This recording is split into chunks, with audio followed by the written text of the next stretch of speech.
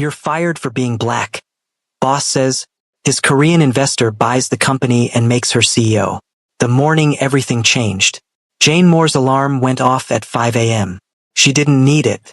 She'd been awake for hours, staring at the ceiling, running through her presentation for the 100th time. Today was the day. 3 months of research, 400 hours of data analysis, countless sleepless nights perfecting every slide, every statistic, every word. Today, she would finally prove herself to the board. Today, Richard Sterling would have to acknowledge her brilliance. Today, everything would change. She climbed out of bed and stood in front of her bathroom mirror, studying her reflection. A beautiful black woman with natural curls she'd spent an hour perfecting last night, pulled back into a professional bun. Sharp, intelligent eyes that had seen too much doubt but refused to dim. A fire in her chest that had been burning since she was a little girl watching her father work 3 jobs to put her through college. "You've got this, Jane," she whispered to herself. She pulled on her best blazer, navy blue, tailored, professional. Her mother had helped her pick it out last month. "Baby, you're going to walk into that boardroom and show them who you are," her mother had said, tears in her eyes. "Your daddy would be so proud." Jane touched the small silver necklace around her neck, her father's last gift before he died. She kissed it softly. "This one's for you, Daddy. Watch me." She grabbed her tablet, her leather portfolio, and her coffee, then headed out the door at 6:47 a.m. The morning was cold and crisp. The city was just waking up. Jane walked to the subway station, headphones in, listening to Beyoncé for confidence. "I'm a survivor. I'm not gonna give up." She smiled. "Damn right." Sterling Corporation. 8:32 a.m. The building loomed over her like a glass and steel giant. Jane had worked here for 3 years, but today it felt different. Today felt like destiny. She walked through the lobby, nodding at security, smiling at the receptionist. Everyone knew today was her big presentation. A few colleagues gave her encouraging thumbs-ups. "Good luck, Jane. You're going to kill it. Show them what you've got." She rode the elevator to the 14th floor, heart pounding with anticipation, not fear. She was ready, more than ready. She entered the executive suite and was immediately greeted by her mentor, Margaret Wells, the VP of Human Resources. "Jane," Margaret pulled her into a quick hug. "How are you feeling?" "Confident," Jane said, and she meant it. Margaret lowered her voice. "Listen, I know Richard can be difficult, but your presentation is solid. The board will see that. Just stay calm and don't let him get under your skin." Jane nodded. "I won't." But deep down, she knew Margaret was worried. Everyone knew Richard Sterling was a problem. A racist, sexist relic who had inherited his position and spent the last decade running the company into the ground while blaming everyone else for his failures. Jane had watched him dismiss brilliant ideas from women and people of color for 3 years. She'd watched him promote incompetent white men. She'd watched him create a toxic culture that drove away top talent. But today was different. Today, her presentation was so undeniable, so backed by data and research, that even Richard couldn't ignore it. At least that's what she told herself. The boardroom. 9:47 a.m. The room smelled like expensive cologne, leather, and old money. 12 executives sat around the massive glass table.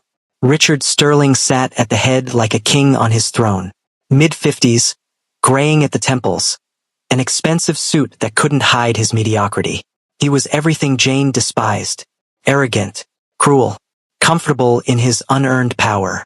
Jane took a deep breath and stood, tablet in hand. "Good morning, gentlemen," she began, voice steady and strong. "The campaign I'm about to present will save this company $8.4 million in wasted expenditure and increase our market share by 43% within 9 months. A few eyebrows raised. Robert Chen, the VP of Finance, leaned forward slightly, interested. Richard leaned back in his chair, arms crossed, that familiar condescending smirk already forming on his face. "By all means, Jane," he said, waving his hand dismissively. "Enlighten us." Jane ignored the tone. She'd heard it 1,000 times. She clicked to her first slide. Sterling Corporation, a company in crisis. The slide showed declining revenue charts, missed market opportunities, and competitors who were thriving while Sterling slowly died. For the past 5 years, Jane began, walking around the table with confident authority. This company has been hemorrhaging money, not because of market conditions, not because of economic downturns, but because of poor leadership and outdated strategies. A few people shifted uncomfortably. Richard's smirk faltered slightly. Jane clicked to the next slide. The 3 fatal mistakes. Mistake number 1. We've ignored key growth demographics. Gen Z and millennials represent 67% of purchasing power in our target markets. Yet our marketing strategies are designed for baby boomers. She pulled up consumer data, charts, graphs, undeniable statistics. Mistake number 2. We've failed to expand internationally. Southeast Asian markets are growing at 12% annually. Our competitors have already established dominance there. We haven't even tried. More data, more proof. Mistake number 3. Our internal culture is toxic.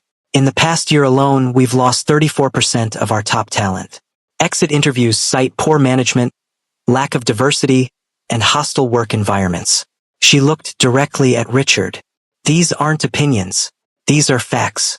Robert Chen nodded slowly. Jane, this is eye-opening. Margaret Wells looked impressed. Even the skeptics seemed interested. Jane clicked to her next slide. The solution. For the next 25 minutes, Jane systematically dismantled every outdated strategy and replaced it with innovative, research-backed solutions. She showed them how to target younger demographics through TikTok campaigns, influencer partnerships, and authentic brand storytelling. She presented a detailed expansion plan for Singapore, Malaysia, and Thailand, complete with market analysis, risk assessments, and projected ROI. She outlined a complete cultural overhaul, diversity hiring initiatives, leadership training, employee wellness programs. Every slide was flawless. Every statistic verified. Every projection conservative enough to be credible but ambitious enough to excite. She concluded with a final slide. Projected results. Plus 43% market share. Plus $47 million revenue increase.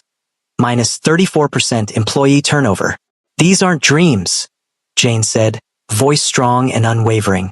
These are achievable goals, and I can deliver them. She looked around the table. Questions. Silence. Robert Chen broke it first.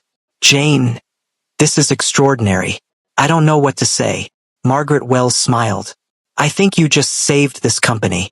Even the most skeptical board members looked impressed. Jane's heart soared. She had done it. Finally. Then Richard Sterling started clapping. Slow. Mocking. Each clap echoing through the room like a gunshot. Wow, Jane, he said, voice dripping with venom disguised as praise. That was something. Jane's stomach dropped. She knew that tone. Richard stood, buttoning his suit jacket with exaggerated slowness. Really impressive. All those charts, all those big words, all that passion. He walked toward her, hands in his pockets, casual cruelty radiating from every step. But here's the thing, Jane. He stopped inches from her, invading her space, making sure everyone saw his dominance. I don't think this company needs your urban perspective anymore. The room froze. Jane's pulse quickened. Excuse me? You've been a distraction, Richard continued smoothly. Always pushing your diversity agenda. Always trying to change things that work perfectly fine. I just presented a strategy that could save this company millions. You're fired. The words hit like a physical blow. Jane blinked, disbelief flooding her chest. On what grounds? Richard looked her up and down slowly, deliberately, making sure everyone in the room witnessed his contempt. Then he said the words that would destroy her life and go viral within hours. You're fired for being black. Gasps rippled through the room like shockwaves. Robert Chen's face went pale. Margaret Wells covered her mouth, eyes wide with horror. A few board members looked away, unable to meet Jane's eyes. No one spoke. No one defended her. No one stood. Jane felt the floor tilt beneath her feet. Her ears rang. Her vision blurred. Rage, humiliation, shock, betrayal. All of it crashed into her at once, stealing her breath, crushing her chest. You can't, she stammered. Security, Richard called, not even looking at her anymore, dismissing her like trash. Escort Ms. Moore out of the building. Immediately, 2 guards appeared at the door like they'd been waiting for this exact moment. Jane stood frozen, fists clenched, heart hammering, mind screaming. This isn't happening. This can't be happening. Don't make this harder than it needs to be, Richard said with a smile that made her skin crawl. Jane looked around the room desperately, at Robert, who had just called her presentation extraordinary but now couldn't meet her eyes, at Margaret, her mentor, who had tears streaming down her face but said nothing, at the board members who had nodded along with her ideas but now sat in cowardly silence. Say something. Somebody say something. No one did. Cowards. All of them. Jane straightened her spine with every ounce of dignity she had left. She grabbed her tablet with trembling hands and walked toward the door, head high, refusing to give them the satisfaction of seeing her break. The guards flanked her but didn't touch her. Even they seemed uncomfortable. As she passed Richard, she stopped, turned, looked him dead in the eye. I will remember this, she said quietly, voice shaking with barely controlled rage. And so will the world. Richard laughed. A cruel, dismissive sound. Good luck with that, sweetheart. The walk of shame. The hallway felt endless. Jane walked past cubicles where colleagues peeked over their computers, phones raised, recording everything. Oh my God. Is that Jane? She's being escorted out by security. Did she get fired? Someone said Richard fired her for being black. No way, that can't be real. It's on video, I just saw it. Whispers. Stairs. Cameras. Jane kept walking, shoulders back, head high, 1 foot in front of the other. Don't cry. Don't you dare cry. Not here. Not in front of them. She pushed through the glass doors into the bright morning sun. Flash, flash, flash. Cameras everywhere. Reporters swarming like vultures who smelled blood. Ms. Moore. Ms. Moore. Is it true you were fired for racial discrimination? Jane. How do you respond to Sterling Corporation's actions? Ms. Moore. Do you plan to sue? Jane. Over here. What are you going to do next? She didn't answer. Couldn't answer. Her throat was too tight. Her chest too heavy. She pushed through the crowd, ignoring the shouted questions, the flashing cameras, the microphones shoved in her face. She reached her car, fumbled with her keys, finally got the door open. The moment it closed, she broke. Sobs tore from her chest. Violent, uncontrollable, the kind of crying that shakes your entire body and steals your breath. She gripped the steering wheel, gasping for air, drowning in humiliation and rage. Her phone started buzzing, text messages flooding in. Jane. Oh my God. I just saw what happened. I'm so sorry. That was horrible. Are you okay? I can't believe Richard said that. Let me know if you need anything. Jane. I wanted to say something but I couldn't. I'm so sorry. Empty words. Useless sympathy from cowards who watched her get destroyed and did nothing. Then her mother called. Jane answered, voice cracking. Mama. Baby, I just saw it. I saw the whole thing. Someone posted a video and it's everywhere. Jane's stomach dropped. It's already online? Yes, baby. It's going viral. Jane closed her eyes, fresh tears spilling down her cheeks. Her mother's voice was fierce. Listen to me. This is not your ending. You hear me? This is not your ending, Jane. That man is evil and the world is going to see it. You are brilliant. You are strong. And you are going to rise from this. Mama. My career is over, Jane whispered. No one's going to hire me after this. Then you make your own way, her mother said firmly. Your daddy didn't raise no quitter. You hear me? Jane nodded, even though her mother couldn't see her. I hear you. I love you, baby. I love you too, Mama.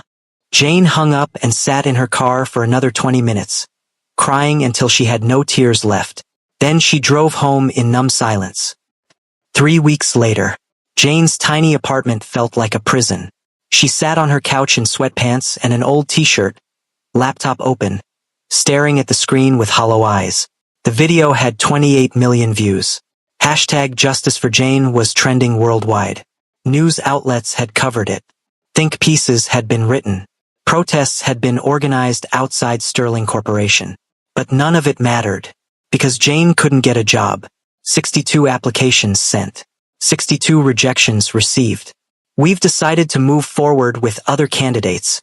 While your qualifications are impressive, we don't feel you're the right fit at this time. We're concerned about the controversy surrounding your previous employment. We appreciate your interest, but we've chosen to pursue other options. She was blacklisted, toxic, the woman who caused a scandal. Her savings were almost gone. Rent was due in 2 days. Her mother kept trying to send money from her tiny pension. Money Jane refused to take. She was drowning, suffocating, disappearing. Her phone buzzed.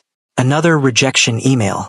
Jane closed her laptop and walked to the window, staring out at the city that had chewed her up and spit her out. "I'm not giving up," she whispered to herself, voice hollow. "I'm not." But she didn't know how much longer she could hold on.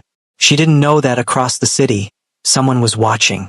Someone who had been watching for weeks. Someone who was about to change everything. Meanwhile, Victor Hahn's penthouse office. Victor Hahn stood by the floor-to-ceiling windows of his penthouse, the city sprawling beneath him like a kingdom he'd conquered with ruthless precision. He was watching the video, again, for the 89th time. His sharp, calculating eyes studied every frame. Jane's confidence as she walked into that boardroom. The brilliance of her presentation. The fire in her eyes as she defended her ideas. And then Richard Sterling's words, caught on camera for the world to see. "You're fired for being black." Victor's jaw tightened. His fingers drummed once against the glass. He had built an empire from nothing. He'd crushed competitors across 3 continents. He was feared in boardrooms from Seoul to New York. Men twice his age trembled when he entered a room. But watching this woman, this brilliant, fierce, unstoppable woman, be humiliated by a mediocre, racist coward who feared her, something in him snapped. He picked up his phone and dialed his head of acquisitions. "James." "Yes, sir." "Sterling Corporation. I want a full report on my desk in 2 hours. Financial records, stock information, board member profiles, shareholder data, debt obligations, every asset, every liability, every weakness." A pause. "Sir, are you planning to?" "I'm buying it." Silence on the other end. "Sir, that's a $2.3 billion acquisition. I want 51% controlling shares by tomorrow morning." Victor continued, voice cold and final. "Use whatever resources necessary. Offshore accounts if needed. Shell companies. I don't care about the cost. Sir, with all due respect, this seems personal." Victor's eyes darkened. "It is. Do it." "Yes, sir. Right away." He hung up. Victor looked at Jane's face frozen on the screen, intelligent eyes blazing with defiance even as she was being destroyed. "You don't know me yet," he murmured to the image. "But you will." He made another call. Background check on Jane Moore. Everything. Education, employment history, financial situation, family, references. "I want to know who she is." Within 3 hours, the report arrived. Victor read it carefully. Jane Elizabeth Moore, age 28, graduated top of her class from Columbia University, MBA from Wharton. Father deceased, worked 3 jobs to put her through school. Mother, retired teacher, living on a pension. No criminal record. Spotless reputation. Brilliant recommendations from every previous employer. Financial situation. Dire. Savings depleted. Rent overdue. Victor's expression didn't change, but something shifted in his chest. She's drowning, and no one's helping her. He made one final call. "Purchase complete?" "Yes, sir. You now own 51% of Sterling Corporation. Congratulations." Victor allowed himself a small, cold smile. "Schedule an emergency board meeting for tomorrow morning. 9 a.m. Attendance mandatory." "Yes, sir." "And what about Richard Sterling?" "He'll be there," Victor said quietly, "because I want to watch his face when I destroy him." The next morning, Sterling Corporation, 8:53 a.m. Richard Sterling walked into his office whistling, coffee in hand, feeling invincible. The scandal had blown over faster than expected. a carefully worded public statement, a few strategic donations to civil rights organizations for optics. The media cycle had moved on. Crisis averted. He sat down at his desk and opened his email. Then his assistant burst through the door, face ghost white, hands trembling. "Sir, we have a serious problem." Richard frowned, annoyed. "What now, Patricia?" "The board just called an emergency meeting. It's mandatory. It starts in 7 minutes. I didn't authorize any emergency meeting." "Sir, you don't understand." Patricia's voice shook. "Someone bought the company. Overnight. 51% controlling shares." The coffee cup slipped from Richard's hand, crashing to the floor. "What?" "A Korean investment firm. The majority shareholder is—" She swallowed hard. "Victor Han." Richard's blood turned to ice. Victor Han. The name alone sent shockwaves through the business world. A billionaire investor known for hostile takeovers and ruthless corporate restructuring. A man who destroyed companies and rebuilt them in his image. A man you didn't cross. Ever. Where is he?" Richard stammered. "In the boardroom. He's waiting for you." Richard's hands trembled as he stood. He tried to compose himself, straighten his tie, force confidence into his stride. But his heart was pounding. This can't be happening. He walked toward the boardroom, each step heavier than the last. The boardroom. 9 a.m. Richard pushed open the door. The room was silent. Every board member was already seated, faces pale, expressions terrified. And at the head of the table, in Richard's chair, sat a man Richard had only seen in business magazines. Victor Han. Tall. Impeccably dressed in a black suit that probably cost more than Richard's car. Sharp features. Dark, calculating eyes that seemed to see through everything. He sat perfectly still, hands folded on the table, radiating power and danger. He didn't stand when Richard entered, didn't acknowledge him, just watched him with those cold, unreadable eyes. "Mr. Han," Richard said, forcing a smile, trying to sound confident. "This is unexpected. I wasn't aware we had a meeting scheduled. Sit down." The command was soft, lethal. Richard sat, heart hammering. Victor leaned back slightly, studying Richard like an insect under glass. "You made a mistake, Mr. Sterling." Richard swallowed. "I'm sorry. I don't know what you're referring to." "Jane Moore." The name hit Richard like a punch. The room went deathly silent. Victor's expression didn't change. "You fired her because of the color of her skin." That's not true," Richard stammered. "That video was taken out of context. I watched it 89 times, Victor said quietly. "Each time, your words were exactly the same. You're fired for being black." Richard's face flushed. "It was a misunderstanding." "No." Victor's voice dropped to ice. "It was racism. Blatant. Recorded. Undeniable." He stood slowly, buttoning his suit jacket with deliberate precision. "I now own 51% of this company. Every asset, every contract, every decision flows through me." He walked around the table, footsteps echoing like a countdown. Richard's breath came faster. "Mr. Han, please. I'm sure we can." Victor stopped behind Richard's chair. "My first decision is very simple." He leaned down, voice a whisper that everyone heard. "You're fired." Richard shot to his feet. "You can't do this. I built this company. I have contracts, legal protections. I'll sue. Security."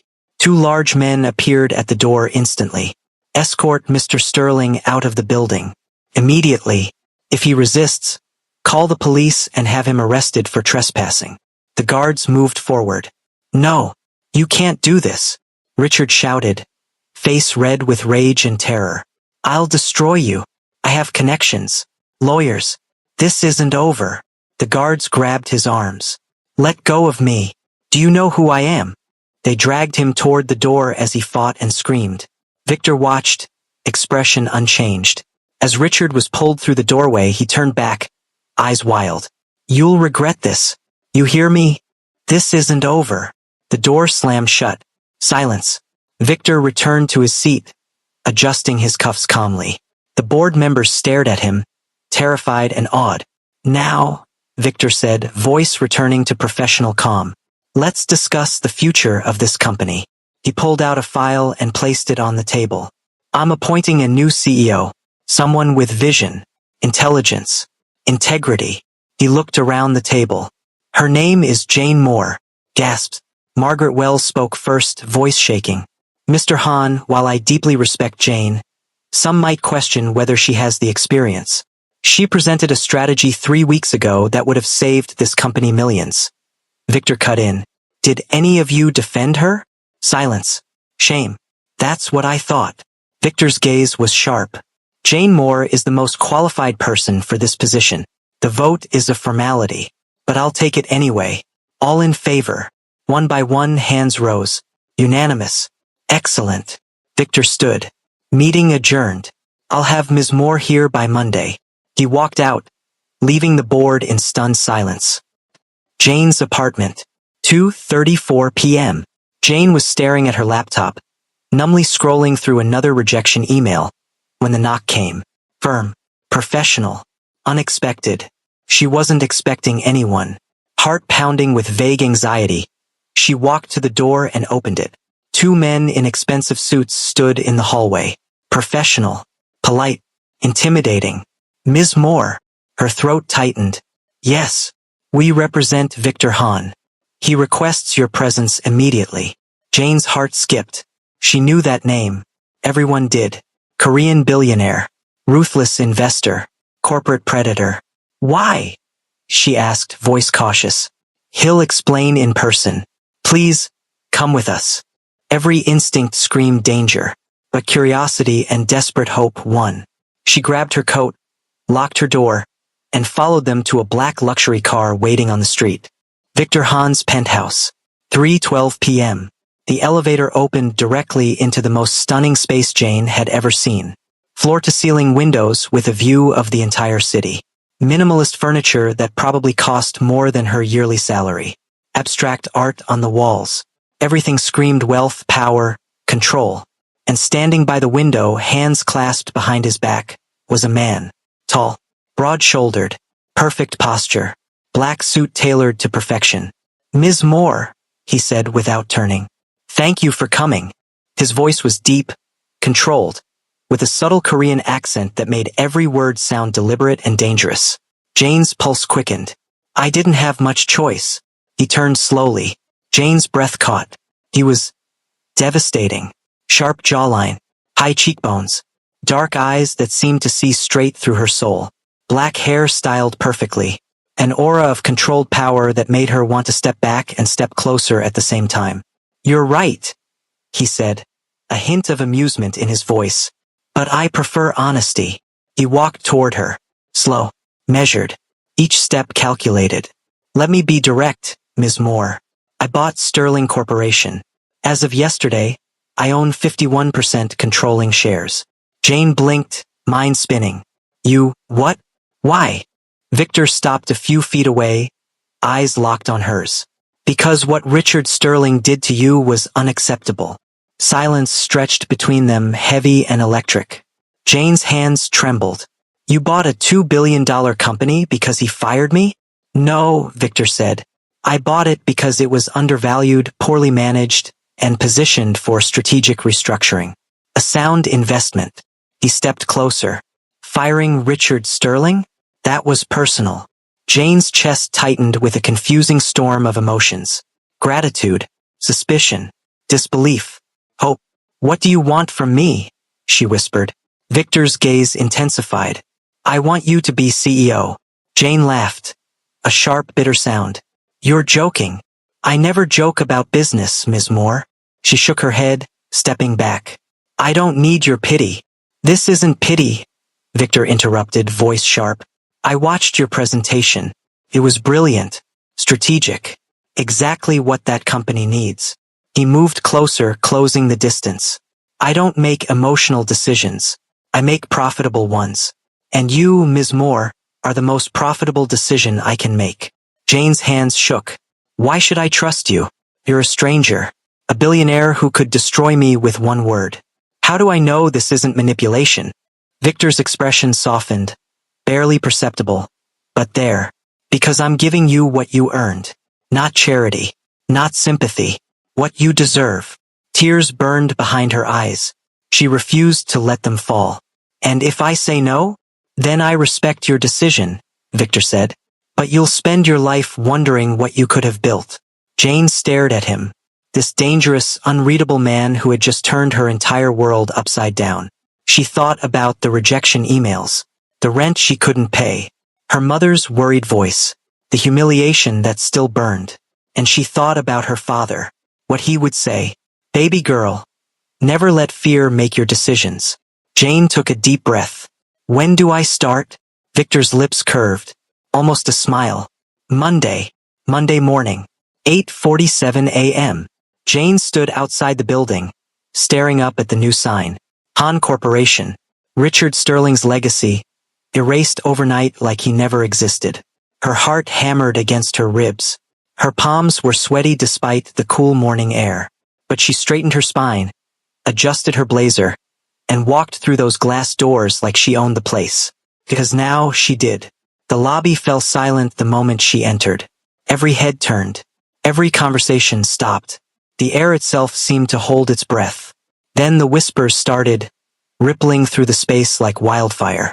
Is that Jane Moore? She's back. I heard she's the new CEO. No way. After what happened? Victor Hahn appointed her himself. This is insane. Jane didn't look at any of them. She kept her eyes forward, head high, walking toward the elevator with purpose and grace. The elevator doors opened. She stepped inside.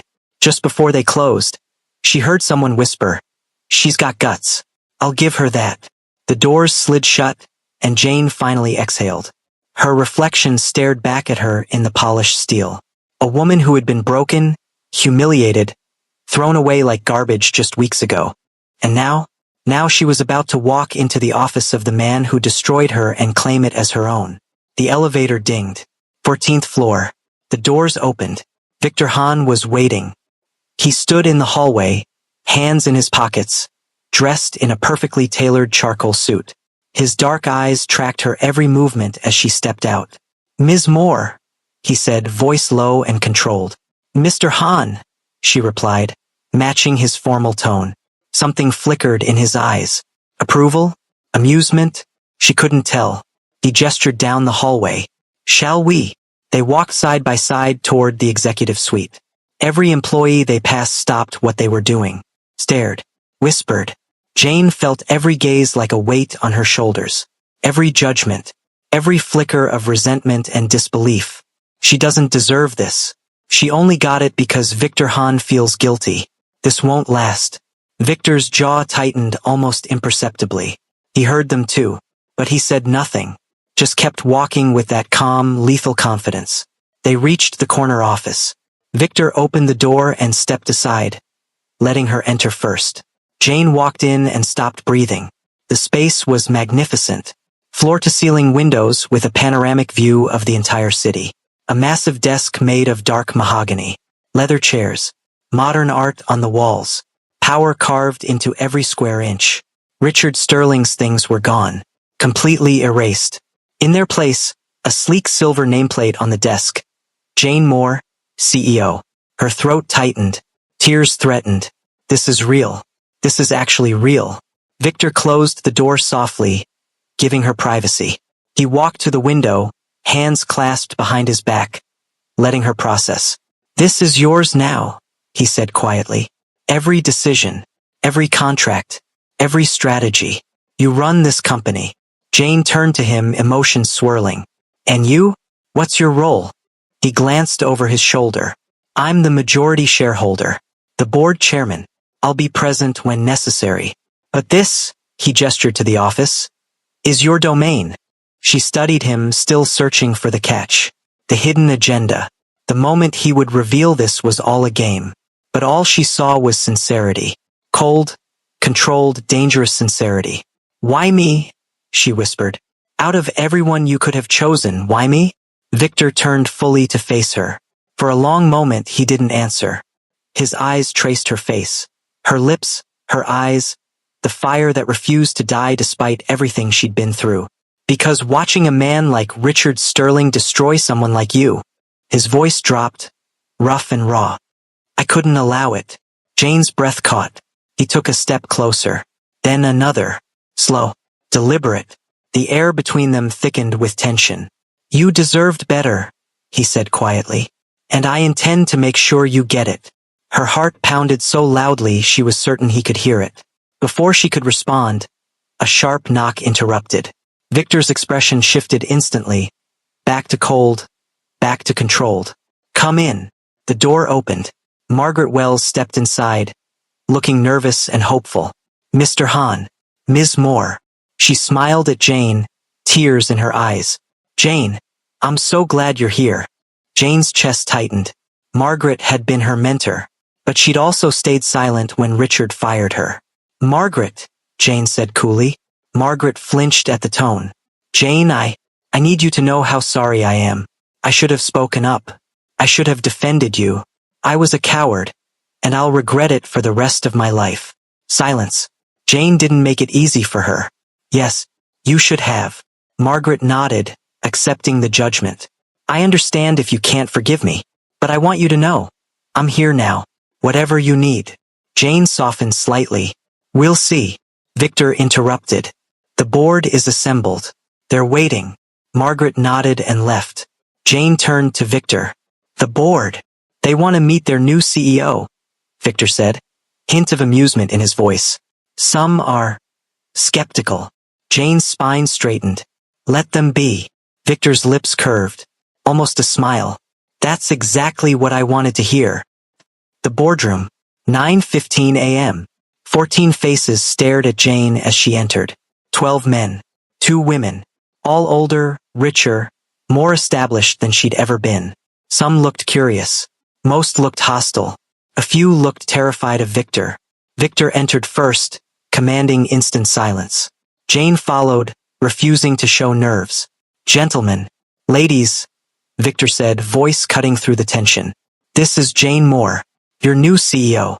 A heavy silence filled the room. Then a man at the far end, gray hair, expensive watch, condescension radiating from every pore, leaned back in his chair. With all due respect, Mr. Hahn, he said slowly, this is highly unconventional. Unconventional how, Mr. Peterson? Jane asked sharply. The man blinked, surprised she'd spoken. Well, you don't have experience running a company of this scale. I have 7 years of experience in marketing, strategy, and operations, Jane interrupted. I've increased revenue for 3 different corporations by an average of 37%. I've led teams of over 200 people. I've saved companies millions in wasted expenditure. She leaned forward, eyes locked on his. What I don't have is patience for men who underestimate me because of how I look. A few people shifted uncomfortably. Victor watched from his seat, expression unreadable. But something gleamed in his eyes. Another board member, Robert Chen, spoke up. Ms. Moore, what's your vision for this company? Jane didn't hesitate. She pulled out her tablet, connected to the screen, and launched the same presentation Richard Sterling had mocked. But this time, she owned it. For 35 minutes, she systematically dismantled every outdated strategy and replaced it with innovative data-backed solutions.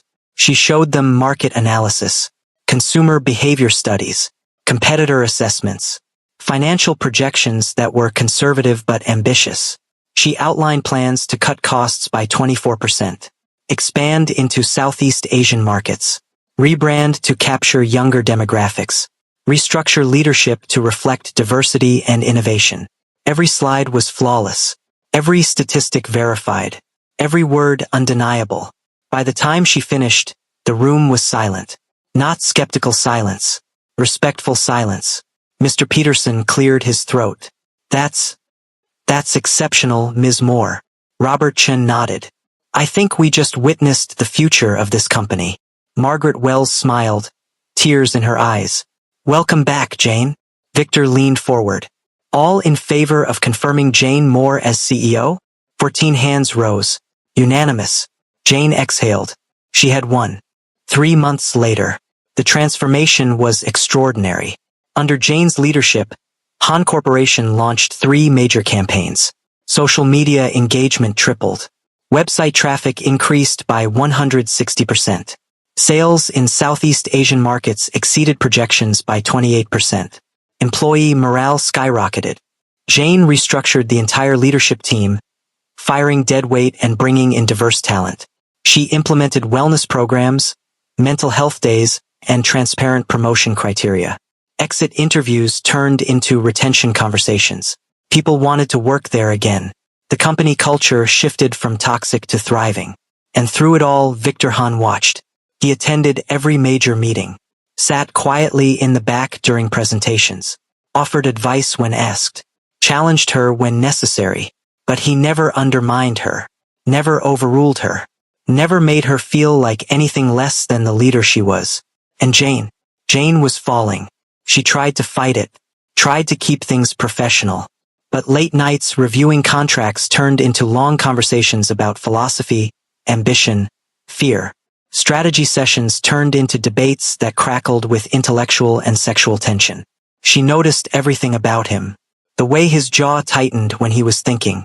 The rare moments his control slipped and warmth flickered in his eyes. The way he looked at her when he thought she wasn't watching. And he noticed her too. She felt it constantly. The weight of his gaze. The way the air shifted when he was near. One night, after a particularly brutal negotiation with a Singapore-based investor, Jane collapsed onto the leather couch in Victor's penthouse office. "I'm exhausted," she groaned, kicking off her heels. Victor poured 2 glasses of whiskey and handed her one. "You handled that brilliantly." She raised an eyebrow. "Just brilliantly?" "Exceptionally," he corrected, sitting beside her. "Too close. Not close enough." Jane took a sip, letting the burn ground her. The city glittered below them, beautiful and indifferent. "Can I ask you something?" she said softly. "Always. Why did you really buy this company?" Victor's expression didn't change, but something shifted in his eyes. "I told you. Strategic acquisition." "That's not the whole truth," Jane pressed, turning to face him. Victor was silent for a long moment. Then, quietly, "I watched that video 89 times. Jane's breath caught. "What?" "The video of Richard Sterling firing you. I watched it 89 times. His voice dropped, raw and honest in a way she'd never heard. "Each time, I saw the same thing. A brilliant woman being destroyed by a mediocre man who feared her. And I." He paused, jaw tightening. "I couldn't allow it." Jane's throat tightened. "You didn't even know me." "No," he admitted, turning to face her fully. "But I recognized something in you. Fire. Strength. The refusal to break even when the world tried to destroy you. The space between them felt impossibly small. I've built an empire, Jane. Made billions. Crushed competitors. Dominated markets across 3 continents. But I've never met anyone who made me feel like power means nothing without someone worth protecting." Jane's heart hammered. "Victor." He reached out, slow and controlled, cupping her jaw. His thumb brushed her cheek, sending electricity through her entire body. "Tell me I'm wrong," he whispered. "Tell me you don't feel this." She couldn't, because she did. God, she did. "Tell me to stop," he murmured, leaning closer. She didn't. He kissed her. Slow, deep, devastating. Jane's hands slid into his hair, pulling him closer. Every wall she'd built shattered. Every rule she'd set broke. He kissed her like he'd been holding back for months, like she was air and he was drowning. Her back pressed against the couch. His body covered hers, warm and solid and overwhelming. His hand slid to her waist, gripping firmly, possessively. When he pulled back, his eyes were dark, burning with intensity. "I don't want to control you," he said, voice rough. "I want you to choose me." Jane cupped his face, thumb brushing his jaw. "I already have." He kissed her again, deeper, hungrier, and this time neither of them held back. 6 months later, Han Corporation's annual report was the talk of the business world. Revenue up 51%. Stock prices increased by 73%. Expansion into 3 new international markets. Employee retention at an all-time high. Jane Moore was being called a visionary, a game changer, one of the most brilliant CEOs of her generation. She stood at the Global Business Summit, addressing thousands of entrepreneurs, investors, and leaders. "When I was fired for the color of my skin," she said, voice strong and unwavering, "I thought my career was over. I thought I'd lost everything." The audience was silent, captivated. "But what I learned is this: your setback is not your ending. Your humiliation is not your identity. The people who try to destroy you are just making room for your rise." Thunderous applause erupted. People stood cheering. To every woman, every person of color, every person who's been told they're not enough, you are. You are brilliant. You are powerful. And your story isn't over. The crowd roared. In the front row, Victor watched her with quiet, unshakable pride. When she stepped off stage, he was waiting in the wings. "Incredible," he said, pulling her close. She laughed, breathless and glowing. "I meant every word." He kissed her forehead. "I know you did." They walked out together, hand in hand, ignoring the cameras flashing around them. 2 months later, Jane was working late in her office when Victor entered, holding a small black velvet box. Her heart stopped. "Victor." He walked to her desk, set the box down, and looked at her with those intense dark eyes. "Open it." With trembling hands, she did. Inside was a ring. Simple, elegant, perfect. A single diamond that caught the light and sparkled like captured starlight. Victor came around the desk and knelt beside her chair. "Jane Moore," he said softly, "you're the strongest, most brilliant woman I've ever known. You challenged me, changed me, made me believe in something more than power and profit." Tears filled her eyes. "You made me believe in partnership, in love, in building something together that's greater than either of us alone." He took her hand. "Will you marry me?" Jane couldn't speak, couldn't breathe, could only nod as tears streamed down her face. "Yes," she whispered. "Yes, 1,000 times yes." He slid the ring onto her finger and stood, pulling her into his arms. They kissed, deep and sure, sealing a promise that had been building since the moment they met. 1 year later, Jane and Victor stood together at the ribbon-cutting ceremony for the new Han Corporation headquarters. A building designed with sustainability, accessibility, and beauty in mind. A symbol of everything they'd built together. Reporters swarmed. "Ms. Moore, how does it feel to be named CEO of the year?" "Jane, what's your message to young women in business?" "Mr. Han, what's it like working alongside your wife?" Jane smiled, squeezing Victor's hand. "It's been the greatest honor of my life to lead this company. And to every young woman out there, never let anyone tell you who you can be. Write your own story." Victor leaned into the microphone. "My wife is the most brilliant business mind of our generation. I'm just lucky she chose to build this empire with me." The crowd applauded. That night, they stood on the balcony of their penthouse, the city glittering below. "Can you believe this?" Jane whispered, leaning against him. "A year and a half ago, I thought my life was over." Victor wrapped his arms around her waist. "And now you're unstoppable." She turned in his arms, looking up at him. "We're unstoppable." He kissed her slow and deep. "I love you," she murmured against his lips. "I love you more," he replied. But across the city, in a dark apartment, someone was watching the news coverage. A woman with cold eyes and a burning hatred. Richard Sterling's daughter, Victoria Sterling. She had been planning, waiting, gathering resources, and now she was ready to destroy everything Jane and Victor had built.